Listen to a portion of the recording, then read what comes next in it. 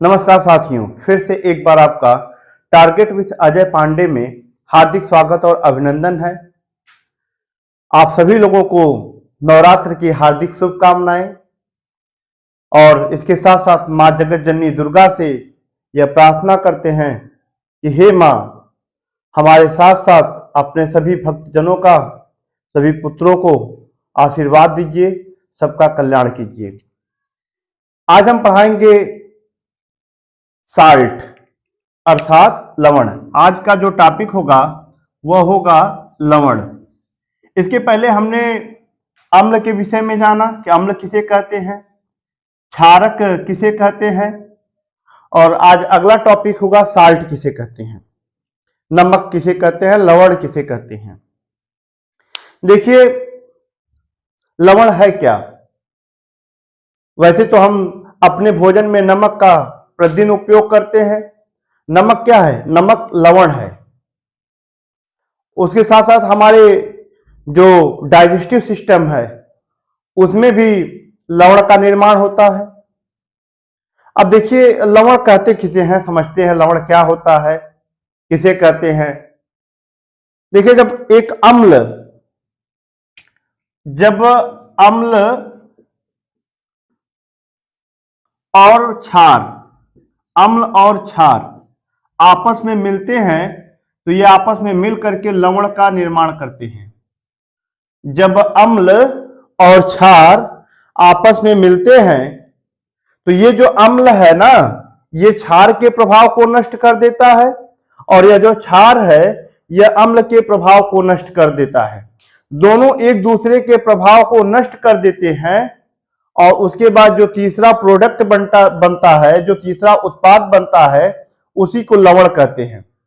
तो साधारण भाषा में हम कह सकते हैं कि जब अम्ल और क्षार आपस में मिलते हैं तो लवण का निर्माण करते हैं। अब देखिए, यहां पे क्या है कि अम्ल के प्रभाव को क्षार नष्ट कर दे रहा है और क्षार के प्रभाव को अम्ल नष्ट कर दे रहा है। अर्थात अम्ल ये जो है दोनों आपस में मिल करके मतलब किसी का प्रभाव नहीं रहने देते, ये उदासीन हो जाते हैं। इसलिए इस अभिक्रिया को उदासीनीकरण अभिक्रिया भी कहते हैं। कौन सी अभिक्रिया कहते हैं? उदासीनीकरण। उदासीनीकरण का मतलब कि न तो अम्ल का ही प्रभाव रहता है न तो क्षार का प्रभाव रहता है, दोनों आपस में मिलते हैं तो उदासीन हो जाते हैं। इसी अभिक्रिया को उदासीनीकरण अभिक्रिया कहते हैं, या इसी को न्यूट्रलाइजेशन कहते हैं। कि अब न्यूट्रल हो गए, न्यूट्रलाइजेशन रिएक्शन, न्यूट्रलाइजेशन रिएक्शन भी कहते हैं, उदासीनीकरण अभिक्रिया भी कहते हैं। तो अब इसकी परिभाषा हम और आप लिख सकते हैं कि जब अम्ल और क्षार आपस में मिलते हैं तो लवण का निर्माण होता है। और ये जो लवण होता है प्रायः ठोस के रूप में बनता है। किस रूप में बनता है? ठोस के रूप में बनता है। तो आप यही कह देंगे कि जब एक अम्ल और एक लवण आपस में मिलता है, तो एक अम्ल और एक क्षार आपस में मिलता है तो लवण का निर्माण होता है। इस अभिक्रिया को हम उदासीनीकरण अभिक्रिया भी कहते हैं। ठीक है, अब हम इसको लिख सकते हैं। उदाहरण क्या है? जैसे हम कहें कि एक आपका क्षार है,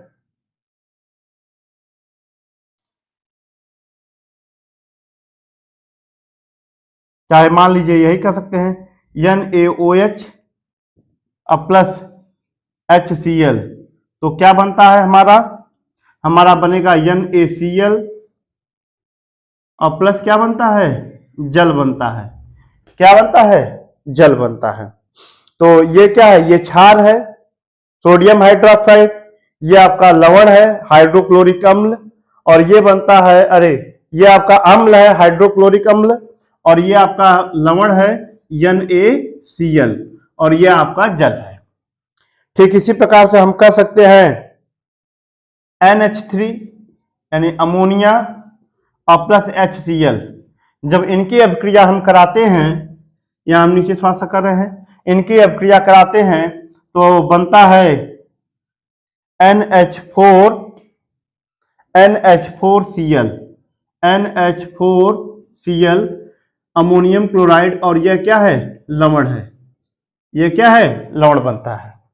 तो जब क्षार और अम्ल या अम्ल और क्षार आपस में मिलते हैं तो लवण का निर्माण करते हैं। यह आप समझ गए होंगे कि लवण किसे कहते हैं। ठीक है, अब देखिए एक चीज और बताएं। ये तो आपको समझ में आ गया होगा कि जब हम अम्ल और क्षार को आपस में मिलते हैं तो यह अभिक्रिया उदासीनीकरण अभिक्रिया कहलाती है, और जो उत्पाद बनता है वह क्या होता है? वह लवण बनता है, उसे लवण कहते हैं। देखिए, जैसे एक प्रश्न पूछा जाता है कि भास्मिक मूलक किसे कहते हैं या अम्लीय मूलक किसे कहते हैं। भास्मिक मूलक एक प्रश्न पूछता है, भास्मिक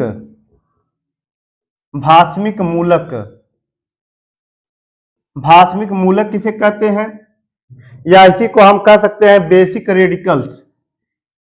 इसी को हम कहते हैं बेसिक रेडिकल्स किसे कहते हैं। या एक प्रश्न और है, अम्लीय मूलक किसे कहते हैं। अम्लीय मूलक किसे कहते हैं। इसे हम कह सकते हैं एसिडिक रेडिकल। क्या कर सकते हैं? Acidic radical. फिर से ध्यान से सुनिएगा, इधर उधर मत होइएगा, ध्यान से सुनिए। जैसे देखिए, जब किसी लवण को, अब हम बता रहे हैं कि भास्मिक मूलक और अम्लीय मूलक किसे कहते हैं। जब किसी लवण को हम जल में घोलते हैं, क्या करते हैं? जल में घोलते हैं। जब किसी लवण को हम जल में घोलते हैं तो वह अपने आयनों में टूट जाता है। जैसे देखिए, जब हम NaCl है, NaCl, इसको जब हम जल में घोलते हैं तो यह जो है, आप सभी लोग जानते हैं कि यह Na+ और Cl- में टूट जाता है। जब किसी लवण को हम जल में घोलते हैं तो यह Na+ या अपने आयनों में टूट जाता है। तो जो धनायन होता है, भाई एक धनायन बनेगा, ऋणायन बनेगा। जो धनायन होता है उसी धनायन को हम भास्मिक मूलक कहते हैं, और जो ऋणायन होता है उसे हम अम्लीय मूलक कहते हैं। तो आप समझ गए होंगे कि जब किसी अम्ल को हम जल में घोलते हैं तो वह अपने आयनों में विभक्त हो जाता है। उन आयनों में से धनायन को हम भास्मिक मूलक कहते हैं और ऋणायन को हम अम्लीय मूलक कहते हैं। ठीक है, ये बात समझ में आ गई होगी कि भास्मिक मूलक किसे कहते हैं या अम्लीय मूलक किसे कहते हैं। इसके साथ साथ बच्चों, कि जो अम्ल होता है, यह अम्ल कितने प्रकार का होता है? अम्ल जो है 6 प्रकार का होता है। कितने प्रकार का होता है? 6 प्रकार का। अम्ल जो होता है वह 6 प्रकार का होता है। इसे आप नोट कर लीजिएगा कि जब किसी लवण को जल में हम घोलते हैं तो वह अपने आयनों में विभक्त हो जाता है। धनायन को हम भास्मिक मूलक कहते हैं और ऋणायन को हम अम्लीय मूलक कहते हैं।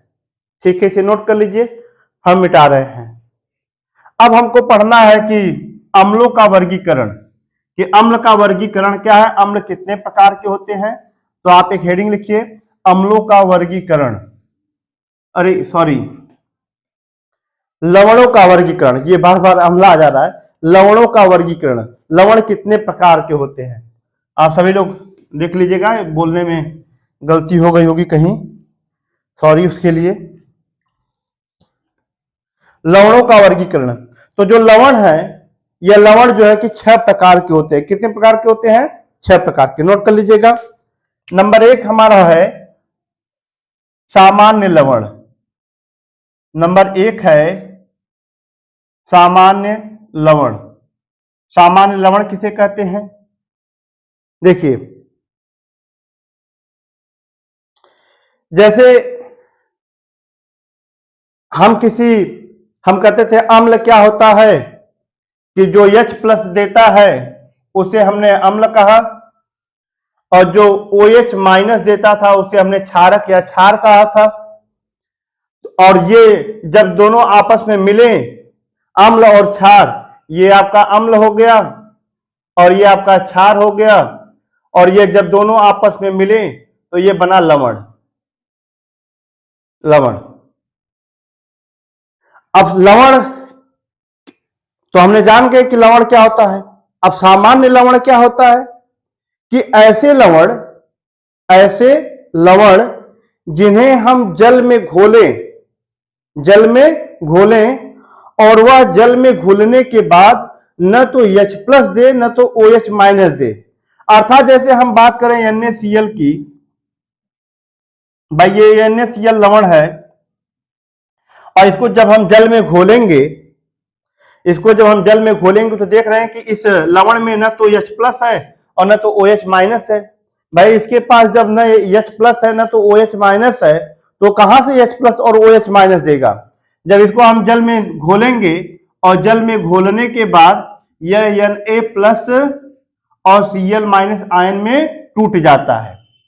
तो अब ऐसे लवण जिसमें न तो H प्लस हो न तो OH माइनस हो, या जिसमें हम जिसको जल में घोलें और वह जल में घोलने के बाद न तो हमें वह H प्लस दे न तो OH माइनस दे, उसे हम सामान्य लवण कहते हैं। तो इसको आप लिख सकते हैं कि ऐसे लवण जिन्हें जल में घोलने पर न तो वह H प्लस आयन दे न तो वह OH माइनस आयन दे, इसके अलावा वह कोई दूसरा धनायन दे और कोई दूसरा ऋणायन दे, उसे हम सामान्य लवण कहते हैं।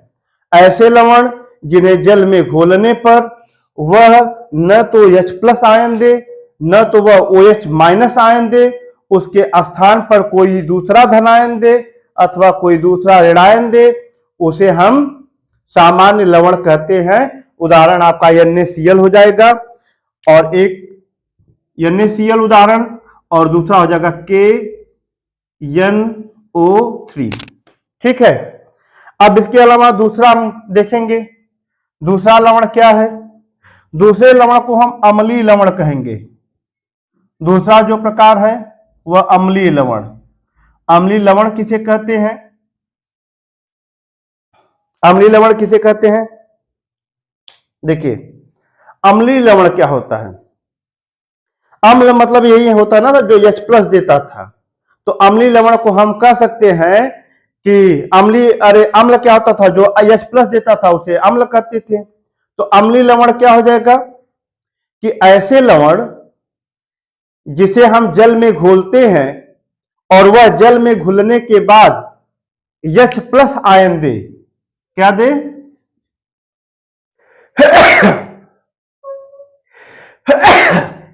सॉरी, ऐसे लवण जिन्हें हम जल में घोलें और जल में घोलने के बाद वह किसी दूसरे धनायन के साथ साथ H प्लस आयन भी दें, उसे हम अम्लीय लवण कहते हैं। या ऐसे लवण जिन्हें जल में घोलें और वह H प्लस आयन जरूर दे, उसे हम अम्लीय लवण कहते हैं। जैसे NaHSO4।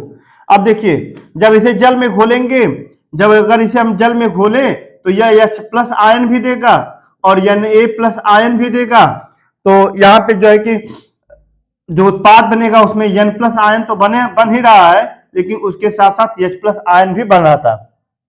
लेकिन जो सामान्य लवण था, ये जो सामान्य लवण है, इसमें न तो यह H प्लस आयन देगा, H प्लस आयन नहीं देता था, न तो OH माइनस आयन देता था, तो उसे हम सामान्य लवण कहते थे। और जो अम्लीय लवण है, इसमें केवल H प्लस आयन दे तो उसे अम्लीय लवण कहते हैं, जैसे NaHSO4। दूसरा हम एग्जांपल लिख सकते हैं NaHCO3, ये उसके उदाहरण है। अब अगला हम देखेंगे, तीसरा जो है क्षारकीय लवण। जो तीसरा प्रकार है क्षारकीय लवण। क्षारकीय लवण किसे कहते हैं? क्षारकीय लवण। अब यहां पे देखिए, क्षार क्या होता था जो OH माइनस आयन दे। तो आप तो बता सकते हैं यहाँ पे कि क्षारकीय लवण क्या होता है भाई। उसी तरह से मतलब ऐसे लवण हम इसे कहेंगे, ऐसे लवण जिन्हें जल में घोलें और वह जल में घुलने के बाद OH माइनस आयन अवश्य दे। कौन सा आयन?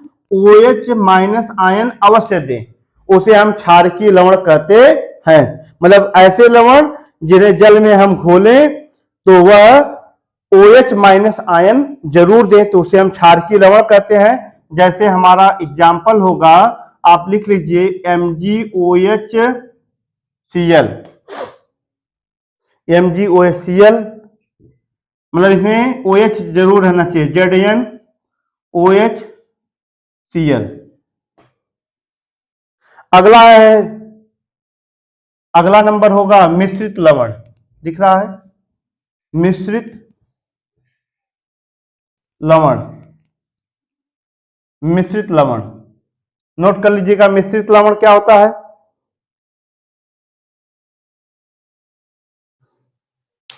मिश्रित मतलब मिश्रण हो, कई कई लोगों के मिलने से मिश्रण का निर्माण होता है।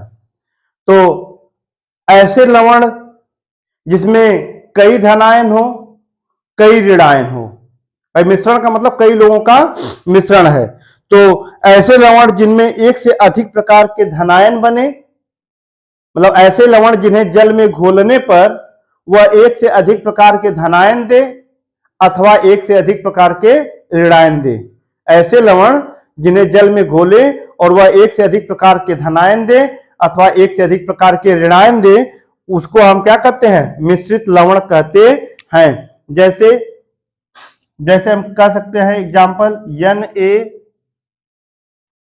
NaKSO4, CaOCl, फिर Cl, ये आपका है। Na एक है NaKSO4 और एक है CaOCl ब्रैकेट में फिर Cl। ये क्या है? ये मिश्रित लवण है। नोट कर लीजिएगा इन्हें, ठीक है? इसे मिटा रहे हैं।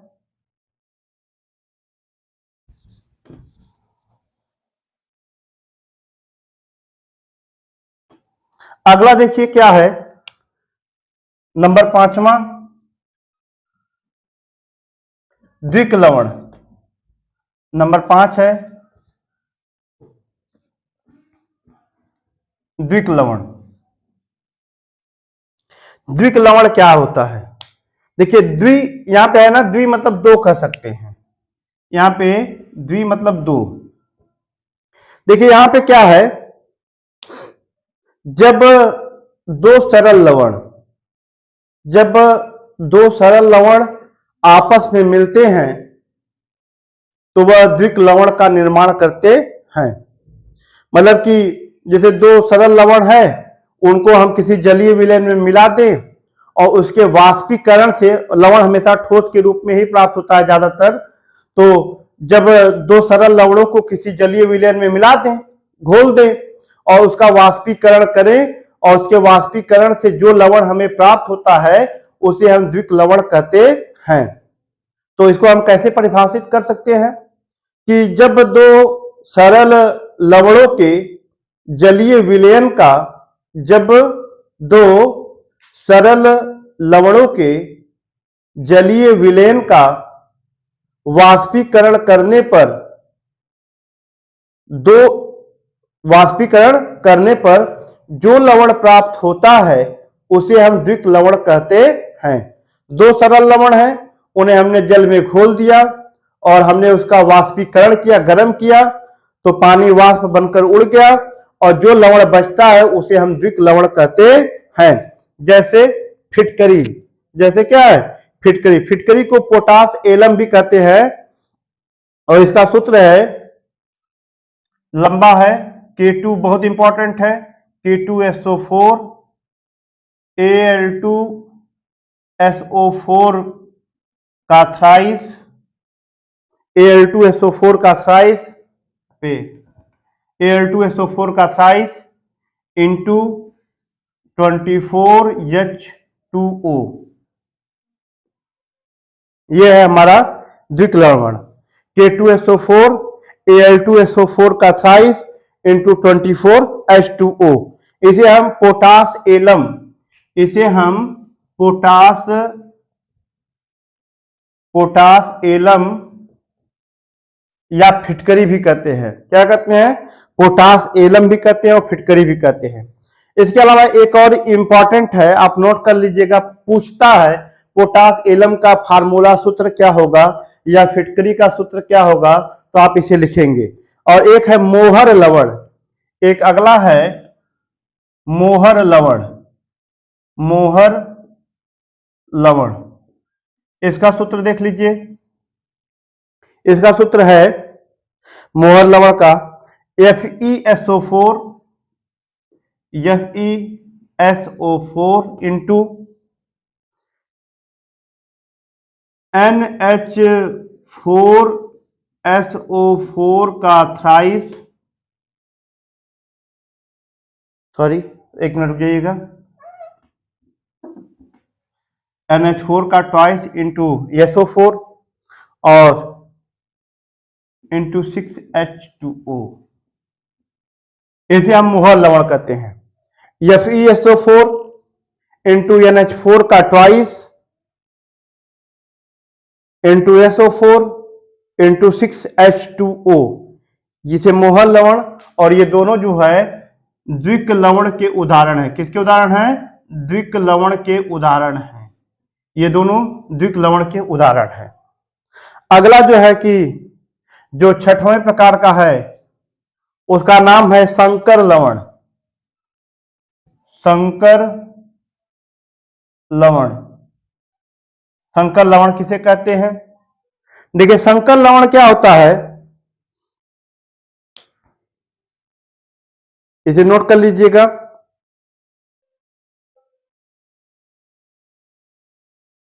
देखिए इसमें क्या है कि ऐसे लवण जिनमें उदासीन अणु अथवा आयन, उदासीन अणु का मतलब क्या है भाई, लवण तो उदासीन ही होते हैं ना। ऐसे लवण जिसमें उदासीन अणु अथवा आयन किसी धातु के साथ, उदासीन अणु अथवा आयन किसी धातु के साथ उपसहसंयोजक बंध, ऐसे लवण जिनमें आयन अथवा उदासीन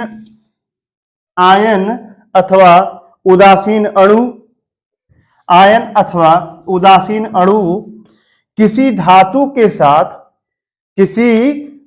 के साथ उपसहसंयोजक बंध, किस बंध के द्वारा?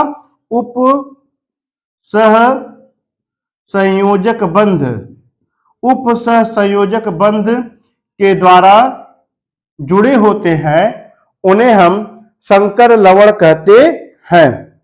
ऐसे लवण जिसमें आयन अथवा उदासीन अणु किसी धातु के द्वारा उपसहसंयोजक बंध के द्वारा जुड़े होते हैं, उन्हें हम संकर लवण कहते हैं। जैसे K4FeCN6, ये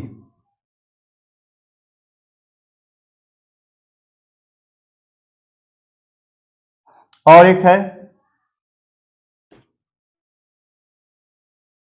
CuNH3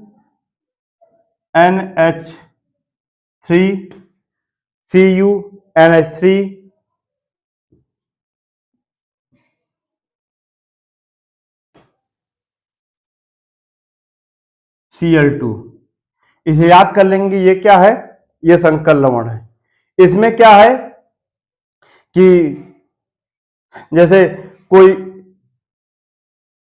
आयन या उदासीन अणु इस धातु के साथ, जैसे यहाँ पे आयरन धातु है, यहाँ पे कॉपर धातु है, इन धातुओं के साथ ये आयन अथवा उदासीन पदार्थ लवण किसके द्वारा जुड़े होते हैं? उपसहसंयोजक बंध के द्वारा जुड़े होते हैं। तो ऐसे आयन या ऐसे लवण जिसमें आयन अथवा उदासीन लवण किसी धातु के साथ उप सहसंयोजक बंध के द्वारा जुड़े होते हैं उसे हम संकर लवण कहते हैं। इसे आप नोट कर लेंगे। ये संकर लवण पूछ देता है कि कौन सा संकर लवण है, 4 ऑप्शन देगा, उनमें से ये एक रहेगा, वो सही होगा। ठीक है दोस्तों, आज हमने आपको बताया कि लवण क्या होता है, भास्मिक लवण क्या है, अम्लीय लवण क्या है और लवण कितने प्रकार के होते हैं, इसको हमने आपको बताया। उम्मीद है कि आपको समझ में आ गया होगा। और यदि आपको समझ में आ गया या आपको इस वीडियो में कोई कमी दिखती है तो कमेंट में जरूर करिए, हमें बताइए, उसे हम जरूर सुधारने का प्रयास करेंगे। और आपको अच्छा लगे तो जरूर सब्सक्राइब करिए, लाइक करिए, शेयर करिए। और हमारा एक मिशन है जिसमें ये सारे सभी बच्चों को निःशुल्क वीडियो मिल सके। हम कक्षा 10 की विज्ञान का पूरा जो है निःशुल्क पढ़ाएंगे। ठीक है, धन्यवाद।